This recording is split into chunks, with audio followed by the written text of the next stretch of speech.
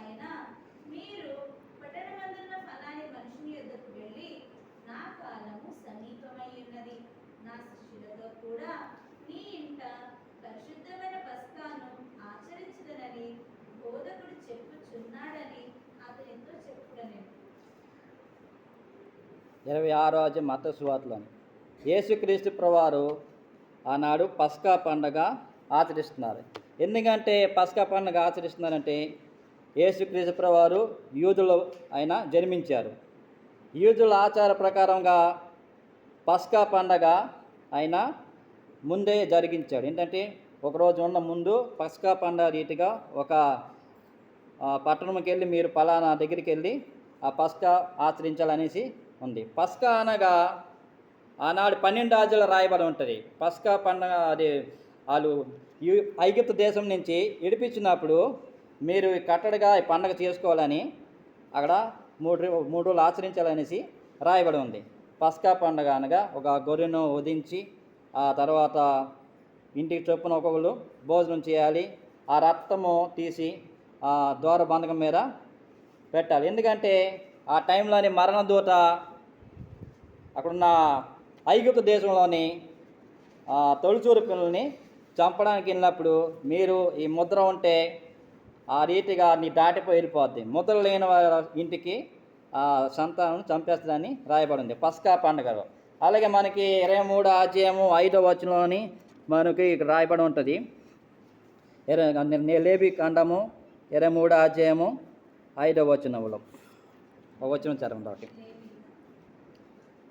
లేవి కాండం 23వ అధ్యాయము 5వ వచనం.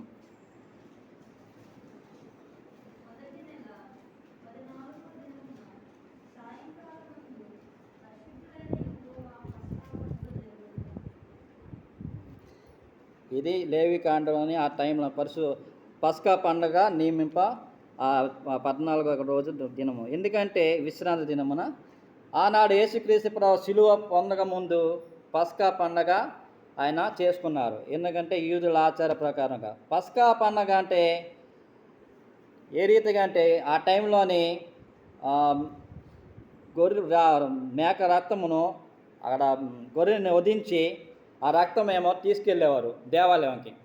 ఆ టైం ఆ పండగ అప్పుడు అది తీసుకెళ్ళి ప్రోత్సహించేవారు.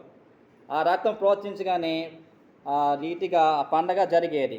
ఆ పండగ రీతిగా ఏమంటే 12 రాజ్యాల్లో కూడా రాయబడి ఉండి భుజించేవారు. అలాగే ఆ రీతిగానే యేసుక్రీస్తు ప్రభువారు ఈ పస్కా పండుగని రీతిని కొత్త నిబంధన పాఠంలోకి వచ్చేసరికి ఆయన పస్కా పండుగ నెరవేర్చి మీరు ఇక్కడ పస్కా పండుగ కానీ ప్రభురాత్రి భోజనము మీరు ఆచరించండి శిష్యులైన వారు చెప్పారు. ఏంటంటే ఆనాడు ఇశ్రాయేల్ ప్రజలైన వారు పోగొట్టుకున్నది మనకి ఈ రీతిగా ప్రభురాత్రి భోజనం మనకి అనుగ్రహించారు. 26వ అధ్యాయంలోని 26వ వచనంలోని రాయబడి ఉంది. ఎందుకంటే ఆయన ప్రభురాత్రి భోజనం మీరు నెరవేర్చాలి, ఏది రీతిగా నీకు చెప్పాము మీకు, నేను వచ్చి పర్యంత వరకు మీరు ఇది ఆచరించి ఉండాలి. అలాగే పరిశుద్ధాత్మ వల్ల మనకి బలం పొందుతారు, పరిశుద్ధాత్మ వల్ల అలాగే శక్తి పొందుతారు, రోగాలు బాగవుతాయి. నేను ఎందుకు చెప్తున్నానంటే పస్కా పండుగ దినములోని ప్రభురాత్రి భోజనమున ఏర్పాటు చేశారు యేసుక్రీస్తు ప్రభువారు. పస్కా పండుగను అది అయిపోయింది. నేను కొత్త నిబంధనలోని ప్రభురాత్రి భోజనం ఏర్పాటు చేసుకోమని క్రైస్తవులైన వారికి దేవుడు నియమించారు. అది యేసుక్రీస్తు ప్రభువారు శిష్యులైన వారికి చెప్పారు. ప్రభురాత్రి భోజనం వల్ల బలము, అలాగే మనం ఎత్తబడతాము, 2 రాకలోనే ఎత్తబడతాము. అలాగే యోహాను సువార్త 6వ అధ్యాయము దాంట్లో రాయబడి ఉంటుంది, జీవాహారము నేనే అంటాడు, పైనుంచిన ఆహారం నేనే అంటారు. ఎందుకంటే మన్నా ఎక్కడి నుంచి పైనుంచి వచ్చింది. మన్నా ఎవరంటే యేసుక్రీస్తు ఆహారము, ఆయన ఆహారము నేనే నిత్య జీవనం అని అంటాడు. ఎందుకంటే ఆనాడు ఇశ్రాయేల్ ప్రజలైన వారు అరణ్యంలోని 1,00,000 మంది ఉన్న టైంలోని ఆహారము దొరకదు, అక్కడ భోజనం దొరకదు, నీరు దొరకదు.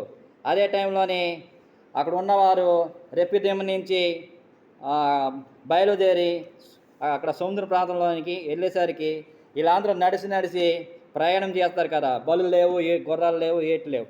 ఆ టైంలో నడిచి ప్రయాణం చేసినప్పుడు వీళ్ళందరూ కాకలేసి మోసి మీద నువ్వు మాకు ఇక్కడ ఆహారం ఐగుప్తులోని అది మంచి ఆహారం వండుకొని తినోళ్ళమి, ఇక్కడ నువ్వు తీసుకొచ్చి అరణ్యంలో పెట్టావు, మాకు ఆహారం పెట్టు, అది పెట్టు అని వాళ్ళ మీద అదే రీతిగా అరణ్యం ప్రారంభించారు. అప్పుడేమో మోసే వెళ్ళి దేవుడికి ప్రార్థించాడు, ప్రభా వీళ్ళకి ఆహారం కావాలంట, మీరు అందించండి అనేసి అన్నప్పుడు ఆహారము మన్నా కురిపించారు. మన్నా అనగా దేవతల ఆహారము, అది కొత్తిమీర గ్రంథం ఉంటుంది. అది అదే రీతిగా ఆహారము అందించినప్పుడు అది రుచికరంగా లేదు. ఈనాడు భోజనం మనం ఆదివారమైనా ఎప్పుడైనా వచ్చినప్పుడు అదే రీతిగా ఏదో నీసు లేకపోతే మనం తినలేము, అదే రీతిగా ముక్క లేకపోతే తినలేము. అలాగే వీళ్ళకి కూడా అది మన్నా తినలేక మాకు బాగలేదు, మేము అక్కడ ఐగుప్తులో ఇది దేశంలోని కొండల దగ్గర మేము మాంసం వండుకొని తినేవాళ్ళం అనేసి మాకు మాంసం కావాలనగానే దేవుడికి ప్రార్థన చేయగానే 78 అధ్యాయంలో రాయబడి ఉంటుంది. అదే దీనికి తిని చాలామంది అదే రీతిగా అలసిపోయి చనిపోయారు చాలామంది. అలాగే నీరు కూడా దొరకలేదు. ఒక దగ్గరికి వెళ్ళినప్పుడు చేదుగా ఉంటుంది, మారా అనగా చేదు. ఆ చేదు ప్రాంతానికి వెళ్ళినప్పుడు మారా అనగా ఆ ప్రాంతం చేదైన ప్రాంతము, ఆ మారాలోని నీరు చేదుగా ఉంటాయి. దానికేమో ఒక కొమ్మ కానీ దేవుడు చెప్తాడు, ఒక చెట్టు కొమ్మ తీసుకెళ్ళి ఆ కొమ్మ దాంట్లో అవి కానీ నీరు చేదు మారి, అలాగే మన జీవితంలో చేదు జీవితంలో మారాలి, అదే రీతిగా మారాలి. ఆ మారా జీవితం ఎలా మారిందో మన జీవితంలో కూడా మారాలని, అలాగే అక్కడున్న ప్రాంతంలోని నీరు కూడా లేనన్న నీరు దయచేశారు బండ నుంచి. బండ అనగా యేసుక్రీస్తే, నీరు అనగా జీవజలం నీరు. ఆ నీరు వలన బలం, ఆ టైంలో బలం పొందారు, ఆశీర్వాదం పొందారు. అదే రీతిగా వాళ్ళు ఇశ్రాయేల్ ప్రజలు అక్కడి నుంచి ప్రయాణం అవుతుంటే అదే రీతిగా ఆహారం భోజనం పెట్టారు. ఈ ఆహారము మనము ఏ లోక ఆహారం ఏంటంటే భోజనము చేయకుండా ఎవరు ఉండలేరు. ఎందుకంటే ప్రతి మనిషికి భోజనం అవసరం, ప్రతి మనిషికి భోజనం కావాలంటే భోజనం తినాలని బలం పొందుతాం. భోజనం లేని వాడు ఆహారం తినకపోతే మనం నీరసించి పడిపోతాం. 5వ అధ్యాయంలో రాయబడి ఉంటుంది, కొండ మీద ఆయన బోధించినప్పుడు, మత్తయి సువార్త 5వ అధ్యాయంలో రాయబడి ఉంటుంది, ఆయన కొండ మీద బోధించినప్పుడు 3 రోజులు బోధించారట. బోధించినప్పుడు ఆహారం వాళ్ళు చేయలేరట 3 రోజులు. ఒక పిల్లవాడు కూడా ఆహారం చేయకుండా దేవుడు వాక్యం విని 3 రోజులు ఆయన ఉపవాస ప్రార్థనగా ఉండిపోయారట. ఎండిపోయినప్పుడు 5వ అధ్యాయంలోని ఆయన ఎవరి దగ్గర అప్పుడు అక్కడ శిష్యులైన వారికి అడుగుతారు, ఇంతమంది జనాలు వచ్చారు, వీళ్ళు మళ్ళీ ప్రయాణంలో వెళ్ళి ఇక్కడ దారులకు పడిపోతే మళ్ళీ విజయాలు మనకి ఆహారము చూడండి అనేసి అంటే, ఎవరి దగ్గరైనా ఆహారం ఉందా అని యేసుక్రీస్తు అడిగితే ఆహారం ఒక పిల్లోడి దగ్గర ఉంది. ఆ ఇంటికాడి నుంచి 5 రొట్టెలు 5 చేపలు ఆయన తీసుకొని వచ్చారు. ఆ చేపలు రీతిగా ఆహారము 5,000 మందికి పంచిపెట్టారు. అదే జీవాహారము అని మనకి చెప్పబడుతుంది. ఆహారము ఆయన పంచిపెట్టారు, ఆకలి కొన్న వారికి ఆహారము పెట్టారు. అదే రీతిగా మనకి ఆ రాజ్యంలో ఏమంటారంటే, నా శరీరము తిని నా రక్తము తాగుడని జనాలకి చెప్పినప్పుడు ఆ ప్రజలైన వారు ఈయన ఏంటి మనిషిని రక్తం తాగమంటున్నాడు, మరి శరీరం తినమంటున్నాడు అనేసి చాలామంది అర్థం కాకుండా చాలామంది భయపడి అక్కడ ఉన్న ప్రజలైన వారు వెళ్ళిపోతారు. ఆ రాజ్యంలోనే రాయబడి ఉంటుంది, యోహాను సువార్త ఆ రాజ్యం దాంట్లో 34 ఉంటుంది రాయబడి ఉంటుంది. ఎందుకంటే ఆ రీతిగా వెళ్ళిపోయినప్పుడు శిష్యులైన వారు మిగులుతారు. మీరు కూడా వెళ్తారా అని అడగకనే, మేము ఎందుకు వెళ్తాము, మేము అన్ని విడిచిపెట్టాము, మీ దగ్గరికి వచ్చాము, అదే మీరే దేవుడు, నిజమైన దేవుడు అని నేను ఎవరు అనుకుంటున్నారని అడగగానే మీరు మెస్సియా అని పేతురు ద్వారా అనుగ్రహించబడింది. ఎందుకంటే ఈ పస్కా పండగ అనగా ఆనాడు పస్కా దినమున ఆచరించబడిన రోజు.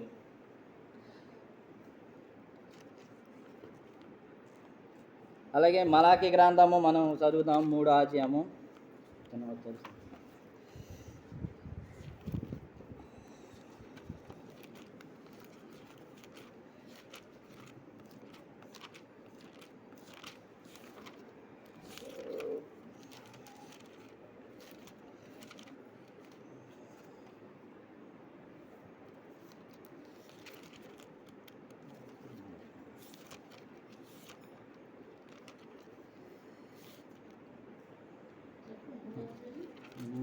అదే దశంభాగం గురించి అంట చూడండి.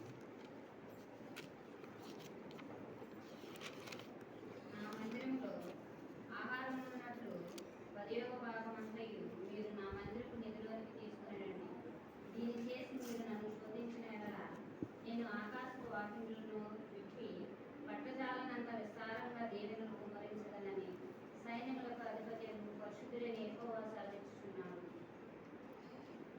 మలాకీ గ్రంథము అదే రాయబడి ఉంది. ఎందుకంటే దశంభాగం అనగా దేవుడికి దశంభాగం ఇస్తే మనము దీవెనపడతాం. ఆ టైంలో ఇశ్రాయేల్ ప్రజలైన వారు దశంభాగాన్ని ఇవ్వక ఉన్న టైంలోని ఒక ప్రవక్త ద్వారా ఆయన ఏమంటారంటే, మీ దశంభాగం ఇవ్వట్లేదు ఇశ్రాయేల్ ప్రజలకి, మీ పంటలు పండవు, మీ పన్నుల పాటలోని మీకు అభివృద్ధి పొందదు, అలాగే దశంభాగం ఇస్తే దశంభాగం ఇస్తే దీవెనపడతారనేసి అక్కడ మొదటి వంతు మాకు ఇవ్వాలనేసి దేవుడు ఏర్పాటు చేశారు. కానీ ఇశ్రాయేల్ ప్రజలైన వారు ఇవ్వనందున మీరు దశంభాగం దొంగిలించారనేసి అంటున్నారు. దశంభాగము మన ఏ ఉద్యోగులైనా దేంట్లో అయినా మనం దాంట్లో ధనసయంలోనే తీసిస్తే మనం దీవెనపడతాము, అత్యధిక దీవెన కలుగుతుంది. దశంభాగం అనగా దేవుడు అనుగ్రహించిన దశంభాగం అని అంటారు. అలాగే ఆనాడు యోబేలు కయ్యాను అదే రీతికి అర్పణ చేశారు. మొదటి పంటలో నుంచి కొన్ని గొర్రెపిల్ల తర్వాత అన్ని తీసుకొచ్చి దేవుడికి అర్పించి బలి అర్పించాడు ఆయన యోబేలు గారు. అదే రీతిగా ఆయన ఇద్దరు కుమారులు అర్పించిన కుమారుడు, చిన్న కుమారుడు ఆయన అర్పించింది తీసుకున్నాడు. పెద్ద కుమారుడు ఏంటంటే అంతా లాస్ట్కి తీసుకొచ్చి మొదటి డేట్ ఇవ్వలేదు, ఇవ్వక ఉన్న టైంలోనే ఆయన దీవెనపడలేదు. ఎందుకంటే దేవుడు మొదటిది జీతంలోనే ఆయన ఇమ్మని చెప్పాడు, కానీ అదే రీతిగా ఇవ్వలేదు. ఆ తమ్ముడు ఇచ్చినది ఎలా ఉందంటే దీవెన ఆ మొదటి పంటలో నుంచి మొదటి అన్నిటిలో తీసుకొచ్చి వాళ్ళకి అనుగ్రహించినప్పుడు దేవుడు దీవించాడు, ఆస్వాదించాడు. అప్పుడు ఇక్కడున్న అన్నకి కోపం వచ్చి నాకు దీవించలేదని తమ్ముడి మీద చంపడానికి తమ్ముడిని చంపేశాడు. ఎందుకంటే దేవుడు నన్ను దీవించలేదు, అలాగే ఆ తమ్ముడిని దీవించాడని ఆ విషయంలోనే జరిగింది. ఎందుకంటే ఆ రీతిగా మనం చేయకూడదు. ఈ చిన్న వాక్యం దీవించిన గాక ఆమేన్. మా పరిశుభ్ర దయ మేడకు వెళ్దాం. మీరు వాక్యం హృదయంలోని అన్నింటిలో మీరు ఉదయించమని ఈ వాక్యం దీవించమని త్వరగా నేను వేసినాడుకున్నావు తండ్రి ఆమేన్.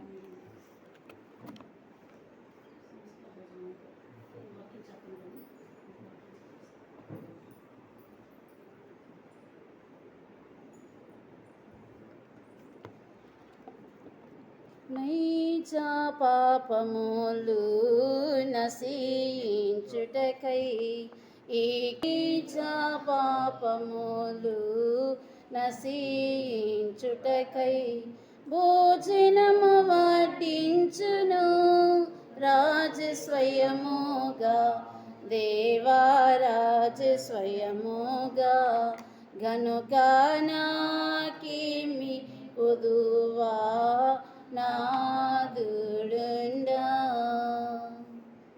ఇది బ్రతుకోటాల దేవుడు మరి ఘనముగా జరిగించి చివరి ఆదివారముగా సంస్కార భోజనం కొరకు మరి దేవుని సంధిలోకి వచ్చిన దేవుని యందు ప్రియులారా, దేవుని నామమున అందరికీ శుభము కలుగును గాక ఆమేన్. మరి ఈ దినము మరి ఉపవాస ప్రార్థన దినముల్లో మనము ఎంతో నిష్ఠగా అన్ని విషయాలు కూడా చేస్తూ ఉన్నాం. కానీ కొన్ని విషయాలు బైబిల్ మిషన్లో ఉన్న విషయాలు ఏంటంటే, మరి మత్తయి సువార్త 6వ అధ్యాయంలో రాయబడింది ఏంటంటే, మొదటిగా నీవేం చేయాలి, నీవు ఉపవాసం చేయాలనుకున్నప్పుడు లేచి 6వ అధ్యాయము 2 వచనాలు చదువుకుందాము.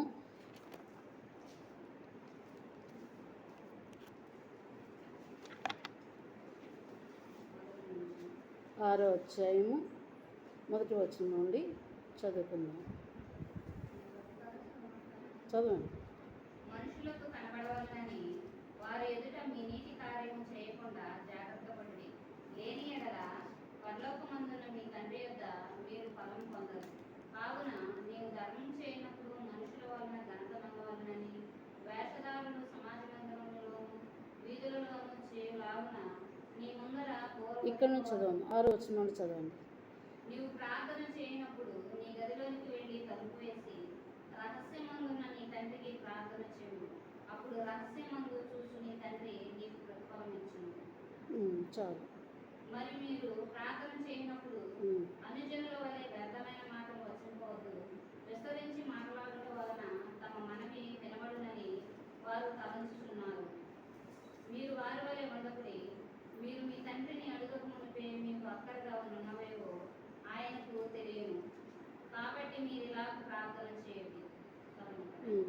చాలు చాలు. ఇక్కడ ఏమని ఉంటుంది, మీ తల అంటుకొని మీరు మీరు ఉపవాసం చేయనప్పుడు ఉమ్, వేషధారుల వలె దుఃఖములై ఉన్నప్పుడు అయిపోయింది. సరే, ఇదేంటంటే మనము ఉపవాస ప్రార్థన ముందుగా నిర్ణయించుకున్నప్పుడు ఏం చేయాలంటే, మొదటిగా మనం తల స్నానం చేసి తెల్లని వస్త్రాలు వేసుకొని దేవుని సన్నిధిలో కనబడాలని, దేవుని యొక్క తెల్లని వస్త్రాలుగా పరిశుద్ధతకు గుర్తు. మరి బైబిల్ మిషన్కి ఉపవాస ప్రార్థనకి ఉన్న సంబంధం ఏంటంటే, తెల్లని వస్త్రాలనగా ధవళ వస్త్రములు. ఈ అనగా దేవుడు మరి అన్ని రంగుల కంటే దేవునికి ఇష్టమైనది ఏంటంటే ధవళమనగా వైటు. ఈ తెల్లని వస్త్రాలు ధరించుకొని మనం ఇంతగా ప్రయాసపడుతున్నాం. ఒకటి, మనకి ఎన్నో దేవుడు వస్త్రాలు ఇచ్చాడు, కానీ మనం ఏం చేయాలంటే ఈ 3 దినాలు కూడా తెల్లని వస్త్రాలతో దేవుని సందులో ఉపవాస ప్రార్థన చేస్తే చాలా మంచిది. అది మీకు అన్ని అనుభవాలు తెలుసు, కానీ మరి ధర్మరాయ గారు ఈ ఒక్కటి ఎందుకు చెప్పలేదు అది మాకు తెలియదు. కానీ పేద ఏమండి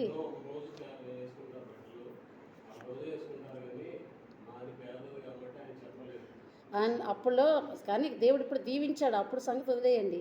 ఇప్పుడు ఆశీర్వదించారు కాబట్టి మనం ఏమడుగుతున్నాం, ఆయన దగ్గరికి మనం ఏం విలువైన తేవట్లేదు కదా. మనం వేసుకునేవి తెల్లని వస్త్రాలు, ఆ రంగు వస్త్రాలు కాకుండా తెల్లని వస్త్రాలతో దేవుని సన్నిధికి వస్తే ఏంటంటే దైవ సన్నిధి మరి కాకాని తోటలో కూడా మరి ఒక్కరోజు కూడా తెల్లని వస్త్రాలు లేకపోతే క్రమం చేయడానికి కూడా వాళ్ళు రానివ్వరు. 40 రోజులు సిలువ ధ్యానమే కానివ్వండి, మోషే ఉపవాస ప్రార్థనలే కానివ్వండి, శుక్రవారమే కానివ్వండి, ఒక్క రంగు చిన్న చుక్క ఉన్నా కూడా క్రమం చేయడానికి రానివ్వరు. అంత వైట్గా మరి కాకాని తోటలో కార్యక్రమాలు జరుగుతుంటాయి. అలాగే మేము చిన్నపిల్లలప్పుడు విజయవాడ గ్రేసమ్మ గారు మా అమ్మగారు దేవదాసయ్య గారి దగ్గర స్వయముగా ఆమె నేర్చుకున్న విషయాలు. ఆమె శుక్రవారం 12 గంటల నుండి 3 గంటల వరకు ఉపవాస ప్రార్థన ఏర్పాటు చేసేవారు. ఈ ఉపవాస ప్రార్థనలో మనం చదువుకున్నాం కదా క్రమం అంతా, శుక్రవారం క్రమం అంతా కూడా దేవదాసయ్య గారు వ్రాసారు. ఆ క్రమం అంతా కూడా మరి చేయటానికి, కార్యక్రమాల్లో ఏకీపించడానికి 12 దాటితే తల మీద దువ్వెన వేసుకోకూడదు, తలకు స్నానం కూడా చేయకూడదు. అంటే అన్ని నియమాలు దేవదాసయ్య గారు ఆయన పాటించారు కాబట్టి తన భక్తులైన వారు కూడా చెప్పారు. ఆమె అలాగున మరి ఈ విధంగా ఈ నియమాలు ఉంటాయి అని చెప్పి వారు 12 గంటలకు ముందుగానే దేవుని సందులోకి వెళ్ళి ఒక 5 నిమిషాలు తేడా వచ్చిన తలుపులు వేయబడతాయని, 5 నిమిషాలు 10 నిమిషాలు ముందే ఉండాలి కానీ వెనక ఉండకూడదని ఆ సన్నిధిలో ఆమె చెప్పిన కట్టడాల గురించి మరి మేము చిన్న బాల్యంలో ఉన్నప్పుడు ఒక ఆమె మరి చౌదరీస్ చాలా ధనవంతురాలే, ఆమెకి తెలియక ఒక శుక్రవారం ప్రార్థనకు వచ్చారు. వస్తే ఆమె రంగు చీర కట్టుకొని రాగానే ఆమెను తీసుకొని చేయి పట్టుకొని వెళ్ళి బయట ఆవరణంలో కూర్చోబెట్టేసింది. ఆమె చాలా అవమానంతో ఫీల్ అయింది. నేను తెలియదు కదా, క్షమించమన్నా కూడా ఆమె నన్ను చేయి పట్టుకొని లాక్కొచ్చేసింది, తలుపులు వేసేసింది అని అక్కడికక్కడే వాళ్ళ పని వాళ్ళని పంపించి డ్రైవర్ని వైట్ శారీ తెప్పించుకొని కట్టుకొని లోపలికి వచ్చింది. అంటే ఇది మరి ఆమె అలాగున గద్దించి ఈరోజు అట్లా చేయబట్టి సంఘం అంతా కూడా ఆ కట్టడాలు, ఆ విధులు అవన్నీ కూడా నేర్చుకొని దేవుని సందులోనికి రావడం అనేది గొప్ప స్థితి అనేది.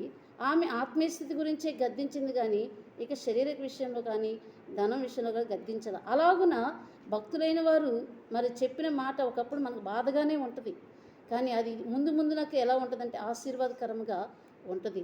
ఈ వైట్ శారీ కట్టుకోకపోతే ఏంటి అని ఆమె మరి ఆలోచించిందా, పోనీలే ఆమె తెలియక వచ్చింది కొత్త ఆమె, దేవుడిని నమ్ముకోలేదు ఇంకా అని అనుకుని ఊరుకుందా.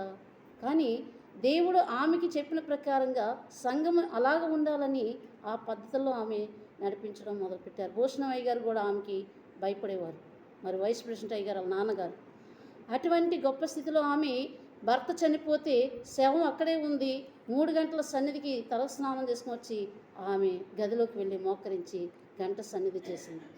ఆమెంట మరి బిడ్డలు పుట్టినప్పుడు కూడా ఆ బిడ్డనంట మంచం మీద పెట్టేసి ఆమె తల స్నానం చేసుకుని వచ్చి గదిలోకి వెళ్ళి మోకరించి ప్రార్థన చేసేది. అంటే చేసింది కాబట్టి ఆమె గద్దించడానికి అధికారం ఉంది, చేయకుండా చెప్తే ఎవరు కూడా వినరు. ఆమె చేసింది, ఆమె దేవదాసయ్య గారి దగ్గర నేర్చుకుంది. దేవదాసయ్య గారి యొక్క మాటలు, కట్టడాలు, ఆయన శుద్ధి బుద్ధి అన్నీ కూడా ఆమె నేర్చుకుని సంఘానికి కూడా నేర్పించడానికి ఆమె ప్రయత్నం చేశారు. విన్నవారు గొప్ప స్థితిలోకి వచ్చారు. వినని వారు మరి ఎలా ఉంటారన్నది మనకు తెలియదు. వింటే మరి అలాగున దేవుని మాటలు వినేవారు ఏం చేస్తారంటే గొప్ప స్థితిని సంపాదించుకుంటారు. మనం ఎప్పుడు ఒకేలాగా ఉంటే అది ఒకప్పుడు ఒకలాగా ఉన్నాం, ఇప్పుడేమని దేవుడు మనల్ని ఆశీర్వదించాడు, దీవించాడు, మనల్ని గొప్ప విస్తారంగా కావలసినవన్నీ కూడా ఇస్తూ ఉన్నాడు. కానీ ఆయన సన్నిధిలో మనం లోబడి, ఆయన సన్నిధిలో మనం విధేయత కలిగి ఇంకెన్నో పుస్తకాలు మనం ఆయన ఇచ్చిన దేవదాసయ్య గారు ప్రభు దగ్గర అందుకొని ఇచ్చిన మాటలు మనం చదువుకోలేకపోతున్నాం. చాలా క్రమములు, పద్ధతులు అన్నీ కూడా దేవదాసయ్య గారు మనకి ఇచ్చారు. కష్టపడకుండా మనం వాటిని నేర్చుకుని చదువుకోవడానికి ఇచ్చారు. అలాగనే చూస్తే సాతాను ఎదిరింపులు కూడా ప్రారంభ ప్రార్థన త్రియేక దేవుని అనేది మొదటిగా రాయబడి ఉంది. నిన్న చదివాం